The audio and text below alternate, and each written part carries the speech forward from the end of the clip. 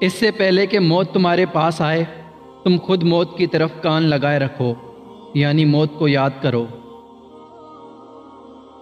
لذتوں کو مٹانے والی، نفس کی خواہشوں کو اجاڑنے والی، اپنوں میں دوستوں میں جدائیاں ڈالنے والی، یعنی موت کو یاد کرتے رہو۔